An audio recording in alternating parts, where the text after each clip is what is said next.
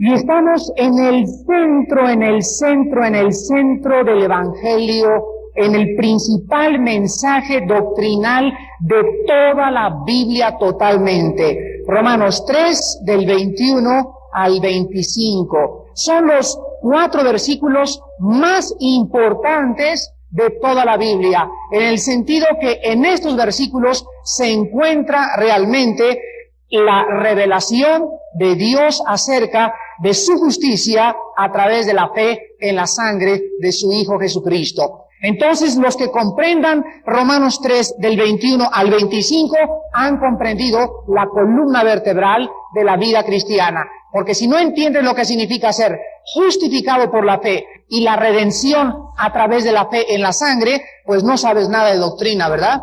Entonces, ojalá que ahorita yo le dijera, a ver, párate tú por allá y dime, ¿qué significa ser justificado por la fe? Si no supieras tú contestar esta pregunta, déjame decirte que no has aprendido nada absolutamente de la Biblia, porque la doctrina más importante es la justificación por la fe. Vamos nosotros pues a leer el versículo 22, y dice, la justicia de Dios por medio de la fe en Jesucristo, para todos los que creen en Él, porque no hay diferencia, por cuanto todos pecaron y están destituidos de la gloria de Dios, siendo justificados gratuitamente por su gracia, mediante la redención que es en Cristo Jesús, a quien Dios puso como propiciación por medio de la fe en su sangre, para manifestar su justicia a causa de haber pasado por alto en su paciencia los pecados pasados. Vamos a ver en esta mañana, en primer lugar, que la justificación por la fe es a través de la fe en Jesucristo. ¿Qué significa creer en Dios o qué significa la fe en Jesucristo? Les voy a dar 2 definiciones.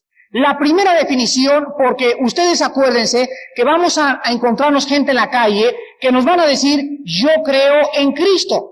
Y nos vamos a encontrar personas que nos dicen, yo creo en Dios.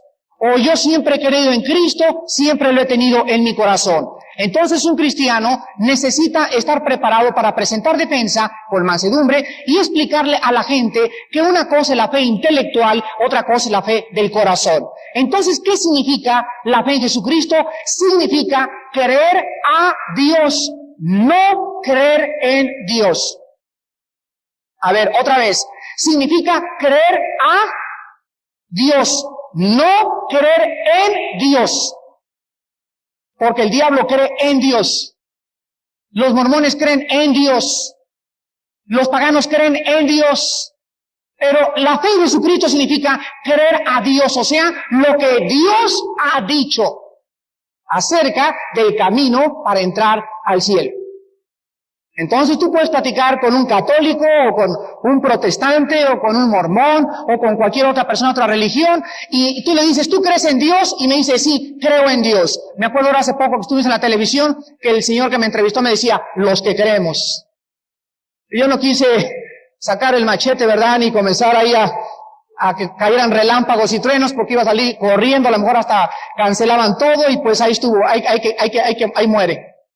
¿Verdad? Lo más importante era presentar el mensaje. Pero noten ustedes que las personas, cuando no conocen la palabra de Dios, tienen este concepto, los que creemos. Ahí inmediatamente es los que creen ¿en qué? Pues en Dios. Y la respuesta es, pues también el diablo cree. Y ya no pueden contestar. Entonces no es creer en Dios. Creer en Dios no salva a nadie. Creer a Dios sí salva. Porque tenemos que creer lo que Dios ha dicho acerca de cómo entrar al cielo.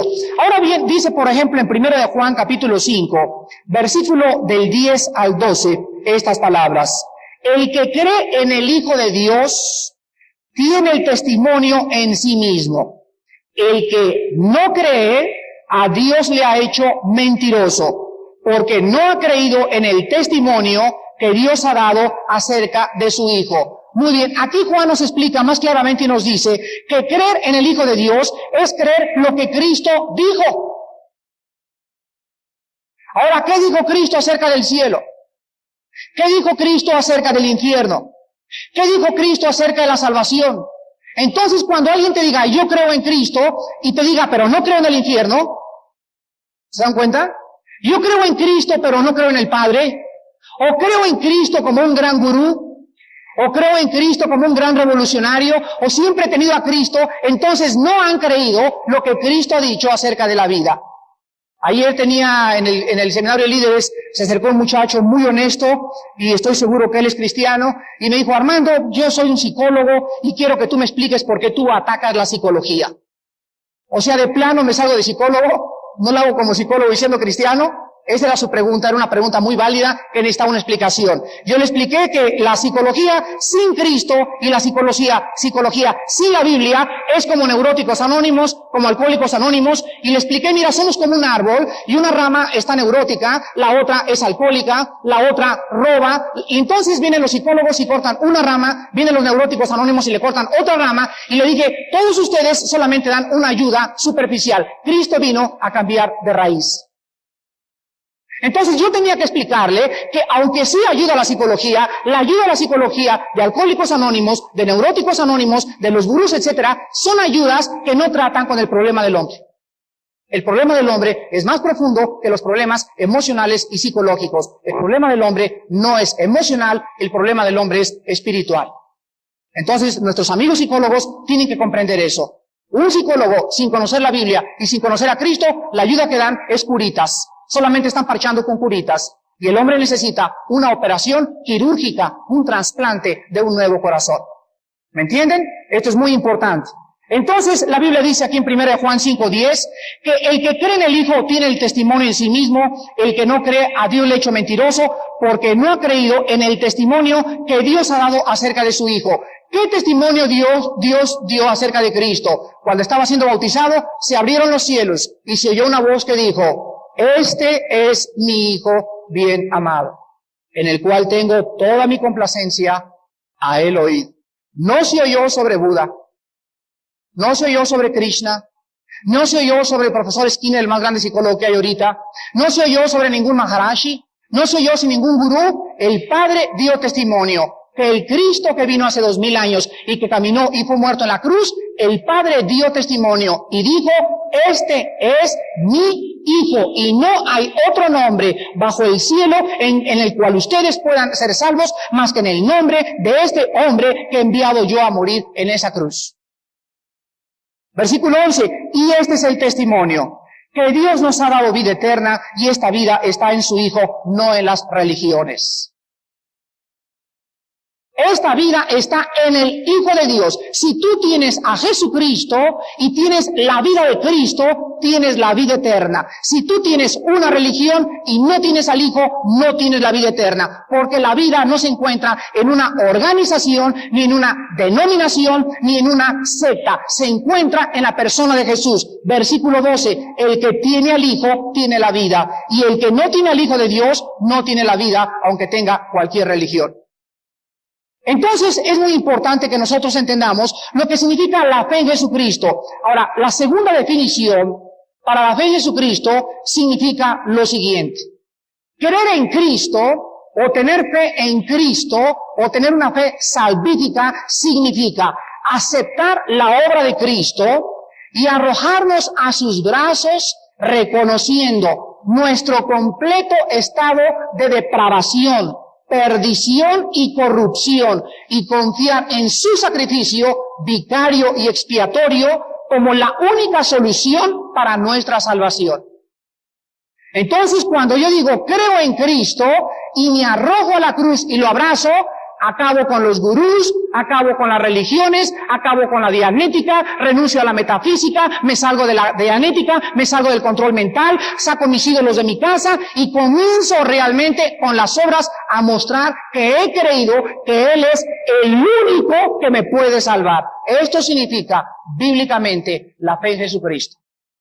¿Tienes tú esta clase de fe? ¿Has renunciado a todo lo que antes creías que te podía ayudar? Una persona que pone la fe en Jesucristo tira a la basura el bote de pastillas de Cuanil.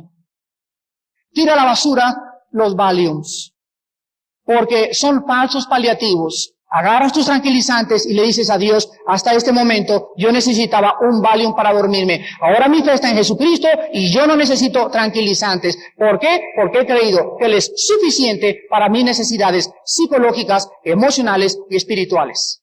Mientras en tu vida práctica no estés practicando esto, no se puede decir que tengas fe en Jesucristo.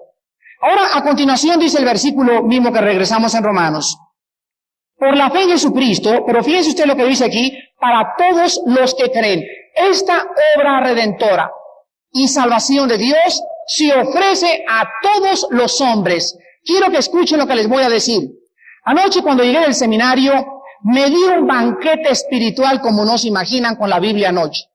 Estaba cansado emocionalmente y me caí de rodillas, Padre, le dije, anímame, levántame, fortalece mi corazón.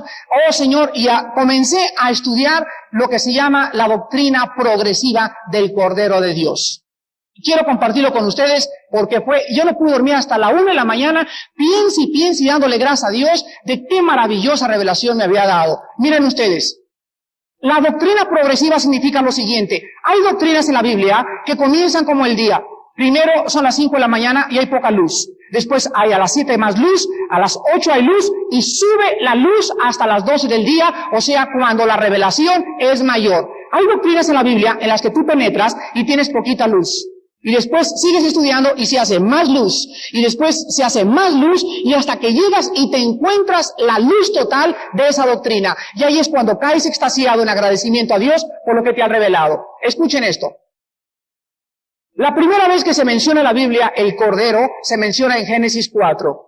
Y se menciona en relación al sacrificio de Caín y de Abel. Entonces encontramos en Génesis 4 la necesidad del Cordero.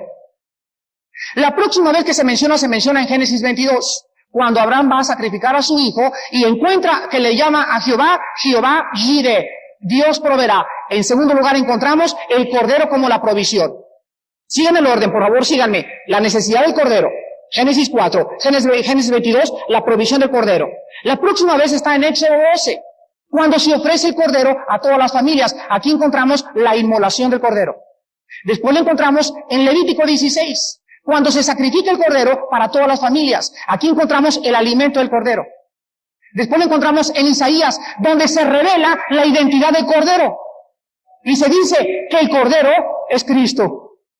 Y después lo encontramos en Juan capítulo 1, donde se nos revela y se nos dice, he aquí públicamente el Cordero de Dios. Vean cómo comenzó primero el Génesis, la necesidad del Cordero. Después viene la provisión del Cordero, la inmolación del Cordero, el alimento del Cordero, la identidad del Cordero, y el Cordero se manifiesta públicamente.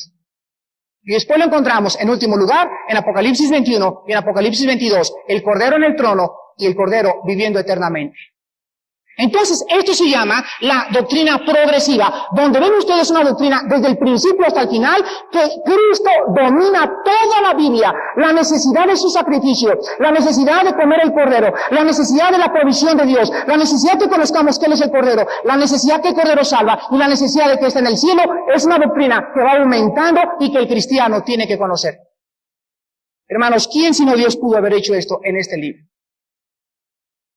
Anoche por eso no podía dormir y yo estaba tan contento. Oh Dios, qué grande es tu palabra. Aun cuando vienen los arqueólogos, vienen y le echan tierra, esta revelación progresiva de tus doctrinas y de Cristo en el Génesis, en el Levítico, en toda la Biblia, permeabilizando toda la Biblia, esto alimenta mi alma y me dice, Padre, oh Dios, solo tú pudiste haber hecho esto. ¿Y saben qué, hermanos? Dice en Romanos 15:4 que las cosas que se escribieron para que a través de la paciencia y la consolación de las Escrituras tengamos esperanza. Anoche yo necesitaba un rayo de esperanza, un ángel que se apareciera y me animara para seguir adelante, cuando vemos tanto pecado, cuando vemos que hemos alcanzado no la gente que quisiéramos. Los hombres de Dios nos sentimos cansados, nos sentimos con ganas de, emocionalmente, ¿verdad? Pues no un masaje físico, pero sí, ojalá que un ángel pudiera llegar y ponerme el hombro, como le dijo a Pablo, y decirle, Pablo, no tengas miedo, todavía tengo mucha gente en esta ciudad, sigue predicando en la Ciudad de México. Y cuando encontramos esto, yo le doy gracias a Dios, porque fue una cosa maravillosa. A mis alumnos de Romano les prometo que vamos a hablar más de esto este miércoles, de la doctrina del Cordero, porque encontramos no solamente esto, no los quiero dejar a la mitad, encontramos lo siguiente: la necesidad del Cordero nos habla de la propiciación, la provisión del Cordero nos habla del sustituto, el Cordero inmolado nos habla de la remisión totalmente de los pecados, el Cordero identificado nos habla de la reconciliación con el Padre, y cada vez que se menciona el Cordero, se menciona una doctrina. Es maravilloso. Es maravilloso, solo Dios lo pudo haber hecho. Aún hay más. Regresamos pues y dice en el versículo 23 que se ofrece al Cordero, se ofrece a Cristo a todo aquel que cree.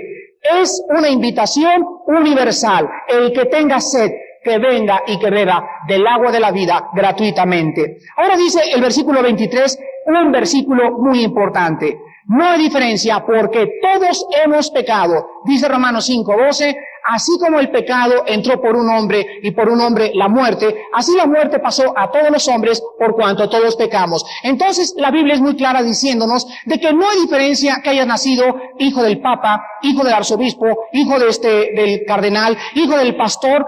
Aunque hayas nacido y hayas tenido los padres que tengas, tú naciste en pecado y yo también.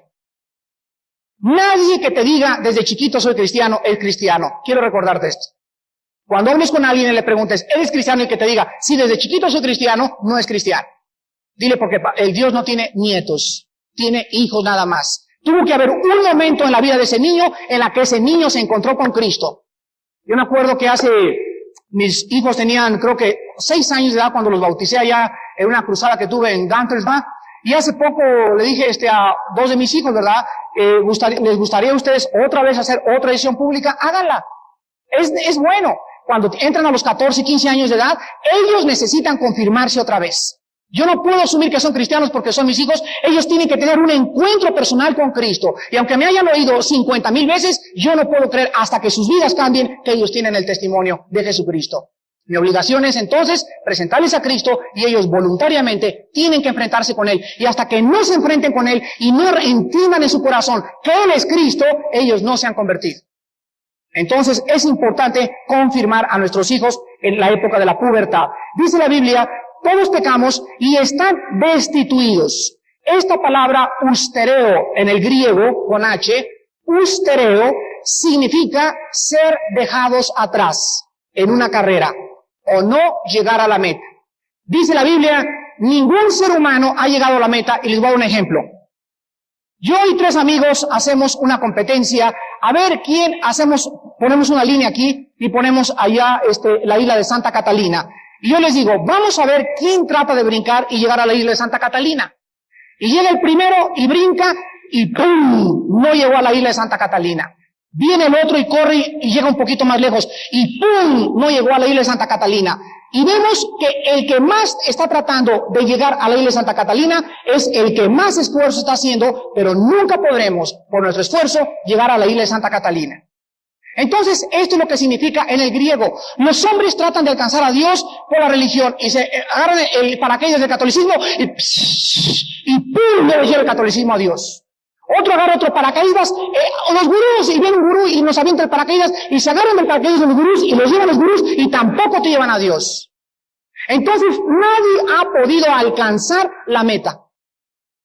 Ni las religiones, ni los gurús, ni nadie te podrán dar un paracaídas para transportarte y presentarte ante Dios. Solamente hay un puente entre el Padre y nosotros, y es Jesucristo su Hijo. Esto es lo que significa por cuanto todos estamos destituidos de la gloria de Dios. Vean Isaías capítulo 59. Y vamos a ver nosotros aquí que lo que nos ha destituido de Dios, lo que nos ha apartado de Dios, es el pecado. En Isaías 59 dice el Señor, he aquí que no se ha acortado mi mano para salvar, ni se ha agravado su oído para oír. Pero vuestras iniquidades han hecho ¿qué cosa? Márquenlo por favor. División.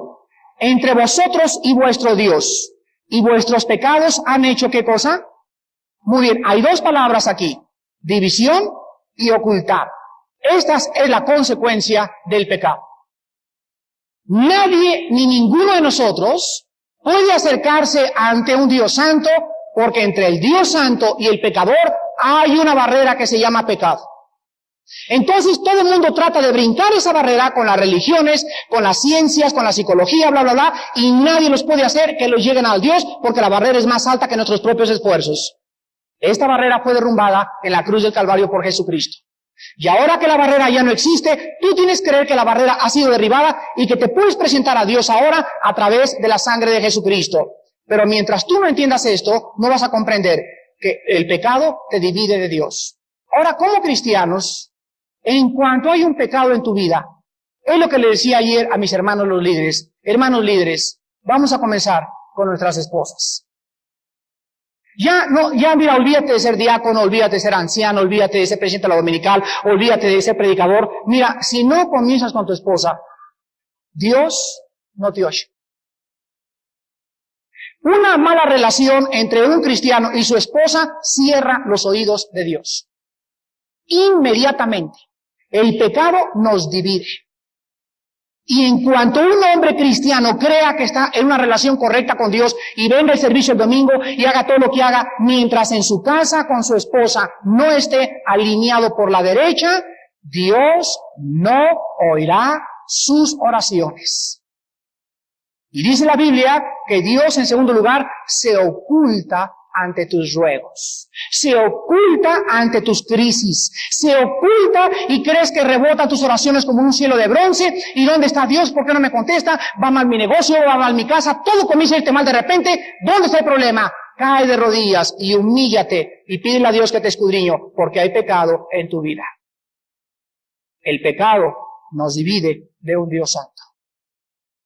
Entonces, la Biblia nos muestra que nosotros tenemos que comprender que estamos destituidos de la gloria de Dios. Ahora los cristianos hemos sido acercados por la sangre de Cristo. Y dice el versículo 24 en Romanos 3. Siendo justificados, o sea, siendo declarados en una posición correcta con Dios, gratuitamente por su gracia, mediante la redención que es en Cristo Jesús. En primer lugar, quiero que entiendan ustedes que la salvación es gratis. Esta palabra en el original griego, gratuitamente, es la palabra dorean, con D de dado, dorean en el griego, y significa sin causa alguna justificada. Es la misma palabra que se usó en el juicio de Cristo, cuando le condenaron sin causa justificada, injustamente. Pues Dios nos salva sin que haya ninguna justificación de nosotros para que nos pueda salvar. ¿Me entienden? Dios nos salva sin que en ti haya nada absolutamente para que Él te pueda salvar. No hay ningún mérito en nosotros para que Dios se fije en nosotros. Es gratuita. Dorean. No hay nada que tú puedas hacer. Dice Efesios, capítulo 2, del 8 al 9, la misma verdad. Porque por gracia sois salvos por medio de la fe. Y esto, fíjense cómo la Biblia recalca, no de vosotros, o sea, no hubo nada en mí que mereciera que Dios me salvara. Todo lo contrario. Pues es, ¿qué cosa dice? Es un don de Dios. Es la misma palabra charis, que se usa en Corintios 12 como don. Un regalo inmerecido. Dice el versículo 9, no por obras para que nadie se gloríe. ¿Por qué Dios nos salvó por gracia? ¿Por qué? Para que nadie se jacte. Es que yo sabía que una mujer como yo tenía que fijarse Dios en mí.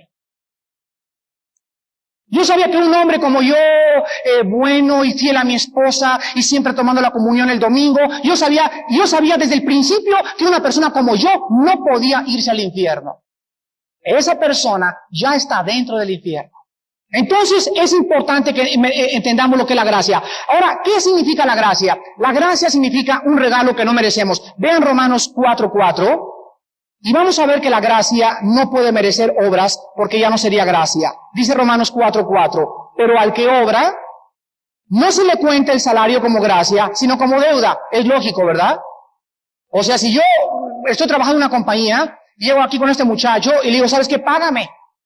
Y me dice, ¿cómo que págale? Pues sí, págame. ¿Y por qué te voy a pagar? Porque trabajé para ti. Le estoy demandando un salario porque estoy obrando, ¿correcto? Pero si yo no he hecho nada y él viene y me regala 10,000 pesos, es gracia. ¿Entienden?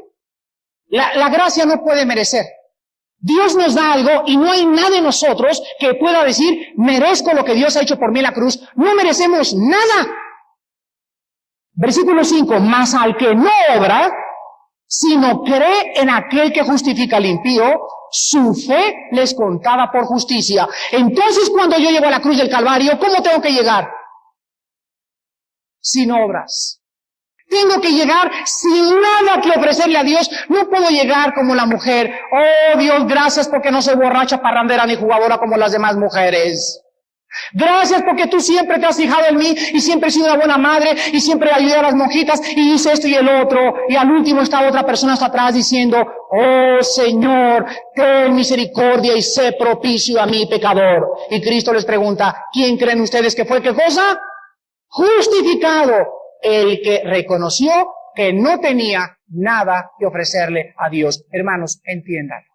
Entiéndanlo, amigos que nos visitan, si en esta mañana quieren ustedes ser salvos.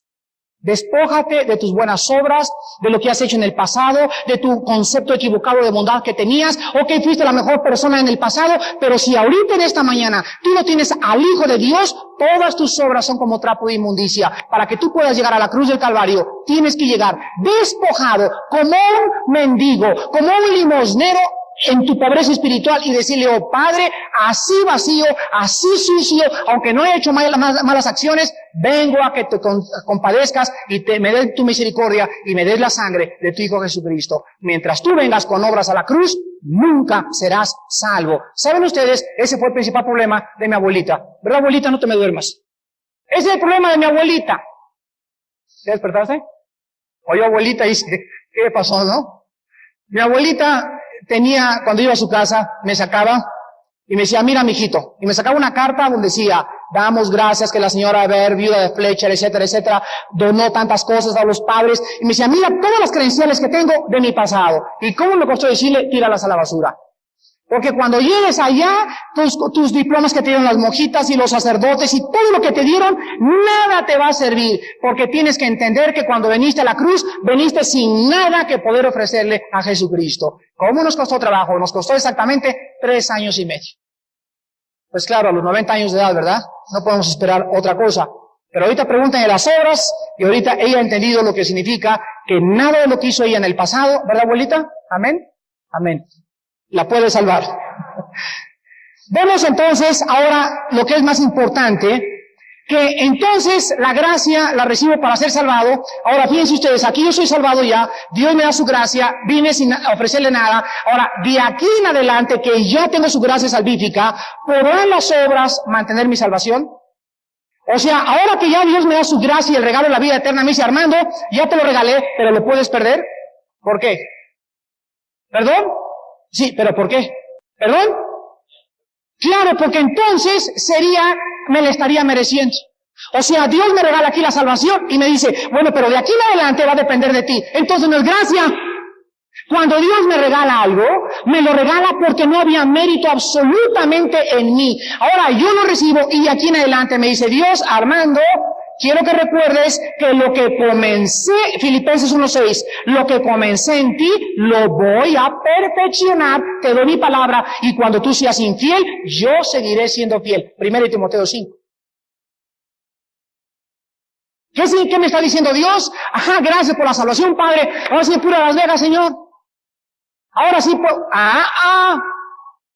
demuestra que no eres salvo. Porque cuando una persona es salvada y recibe eso que el Cristo hizo por nosotros en la cruz, es como el pintor que pasó por Francia en el Museo del Louvre y comenzó a ver esa pintura tan maravillosa que hizo Dalí de Cristo, colgando así ensangrentado en el espacio, y se quedó este pintor y dijo, si tú has hecho por mí, ¿qué me queda a mí hacer por ti?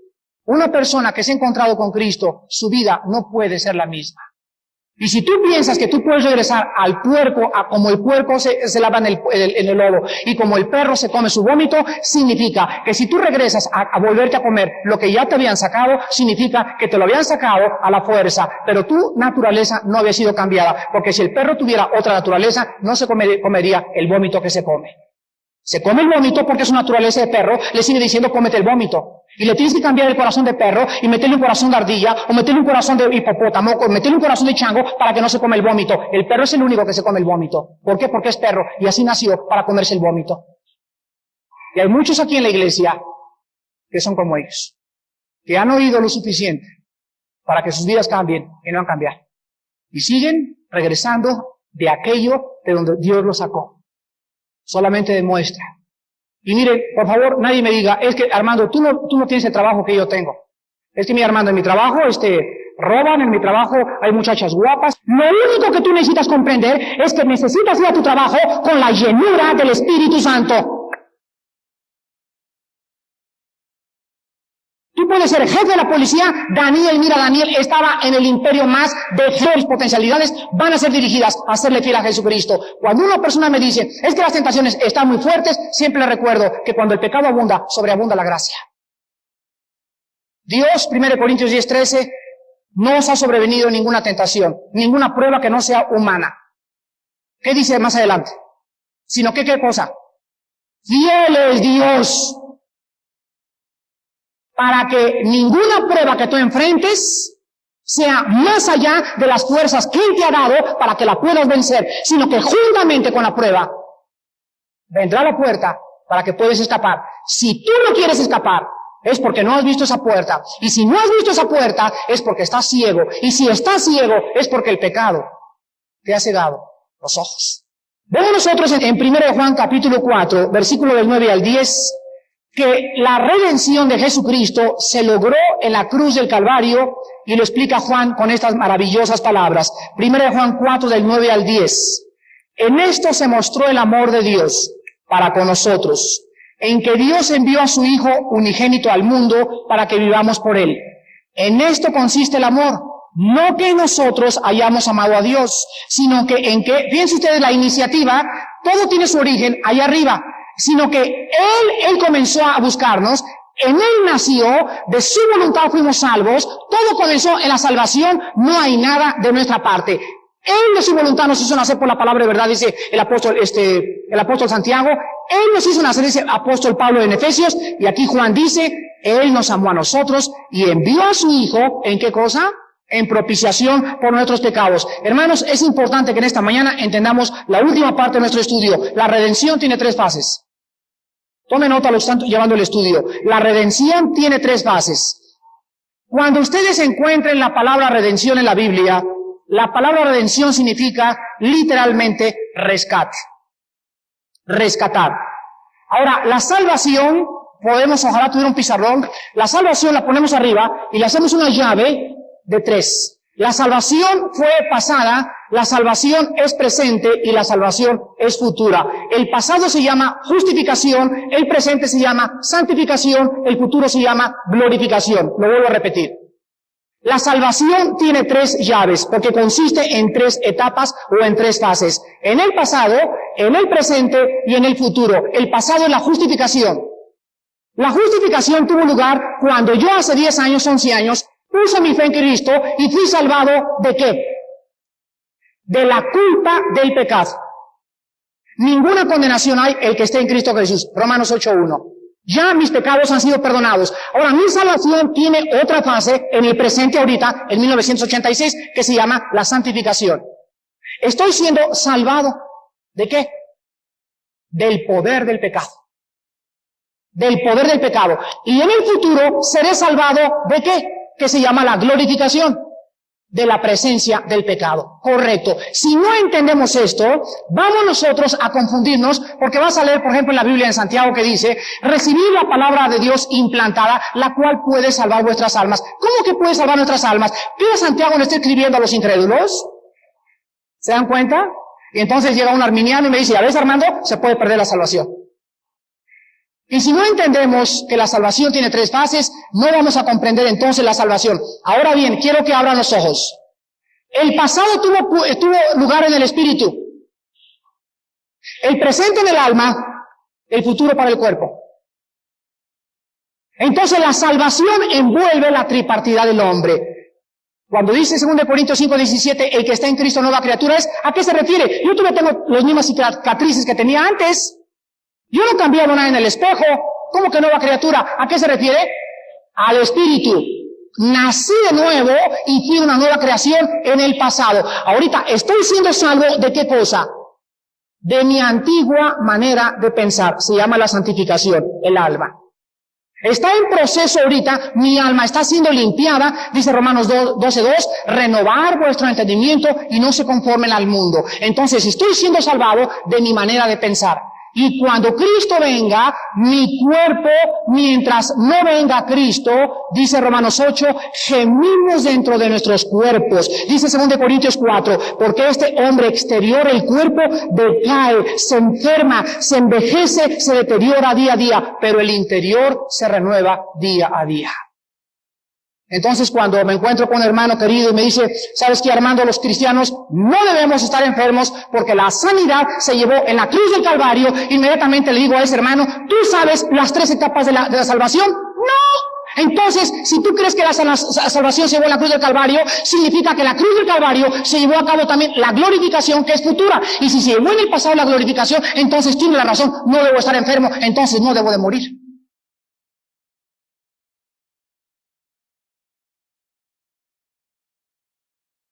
¿Qué es la muerte? El deterioro de los órganos del ser humano. El deterioro del hígado, de mis células, mis ojos cada vez ven menos, mis reacciones son más lentas. El cuerpo de Pablo decía a los Gálatas, mirad con cuán grandes letras les escribo. Y él tenía el don de la sanidad. ¿Qué decía Pablo? Rehúso usar lentes porque he sido sanado en el nombre de Jesucristo. Entonces Pablo estaba diciendo, yo voy a vivir eternamente. Pero la Biblia no lo enseña así, hermanos. Discúlpenme. El que lo crea de esa manera no conoce la doctrina de la gracia, de la redención, de la justificación, de la santificación y de la glorificación. Porque cuando tú te metes en la palabra y entiendes, se te hace tan claro el panorama y entiendes por qué Pablo dice, mi cuerpo decae, o sea, mi cuerpo se deteriora, mis órganos se van deteriorando, mi estómago funciona cada vez más difícil, mis intestinos se hacen como chorizo por dentro, mis pies se ponen de raquíticos, me vienen las enfermedades de los huesos, se me cae el pelo, porque mi cuerpo no ha sido redimido. Será en el futuro cuando sea el día de la resurrección. Ven Efesios capítulo 1, del 13 al 14. Qué clara es la Biblia cuando la estudiamos y entendemos lo que la Biblia dice. Dice Efesios 1, 13 y 14. En él también vosotros, habiendo oído la palabra de verdad, el evangelio de vuestra salvación, y habiendo creído en él, fuisteis sellados con el Espíritu Santo de la promesa. Escuchen esto. Recibo a Cristo cuando oí la palabra y creí en él. En ese momento, ¡pum!, el Espíritu Santo y ¡pum!, paz, me sella así como con un sello. Y me pone un sello y en ese momento estoy marcado ante los poderes del mal. Los ángeles y querubines saben por el Espíritu Santo que yo tengo. Ellos reconocen el sello que soy hijo de Dios. Los demonios tiemblan cuando ven a un cristiano y las personas que están endemoniadas saben que estamos sellados. Ahora, esta presencia del Espíritu Santo, ¿hasta cuándo la vamos a tener? Versículo 14. ¿Qué es las arras? La palabra arras es la palabra garantía. O sea, es la garantía, este Espíritu Santo entre nosotros, de nuestra herencia, hasta la que no hemos sido redimidos.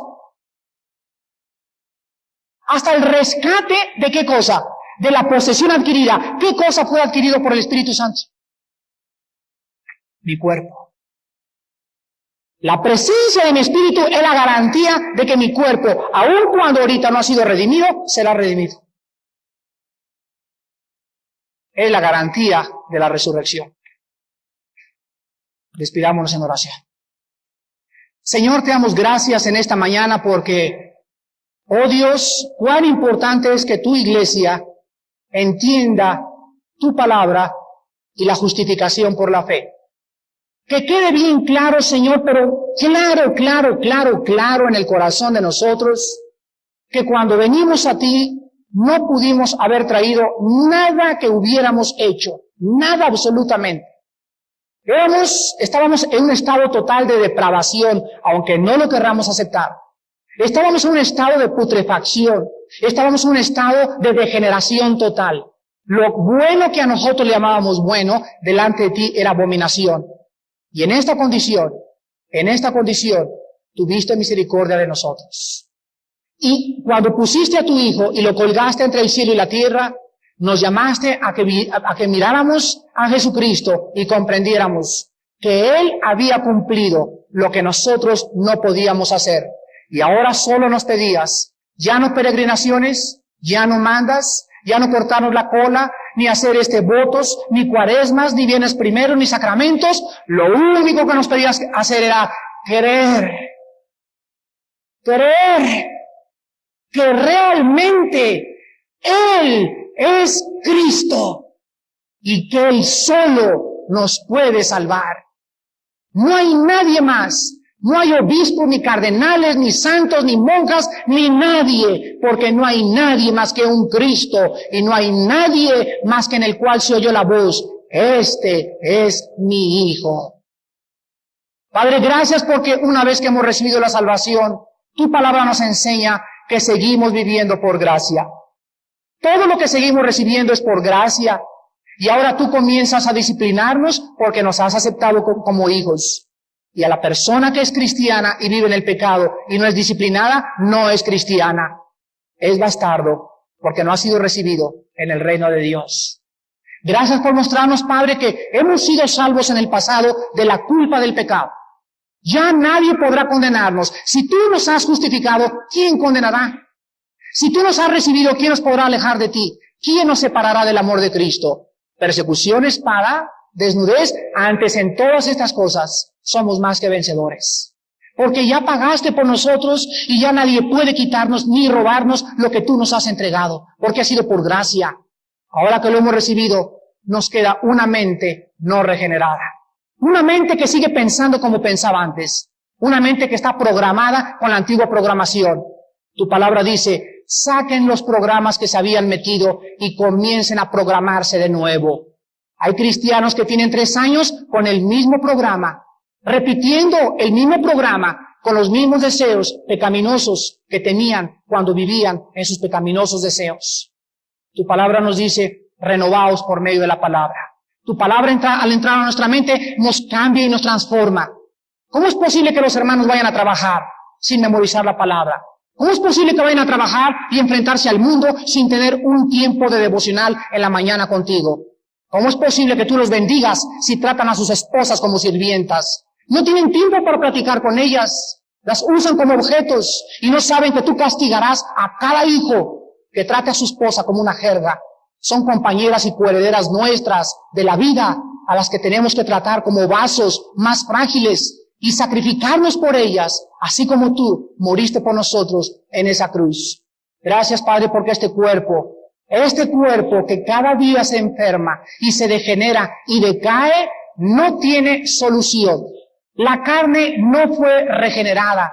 Se nos promete un nuevo cuerpo, porque esta carne y esta sangre no pueden heredar el reino de Dios. Tienen que ser deshecha, tiene que tragársela a los gusanos y se nos entregará un nuevo cuerpo. Y en ese momento ya no necesitaremos al Espíritu Santo, porque seremos como tú eres, Señor Jesús.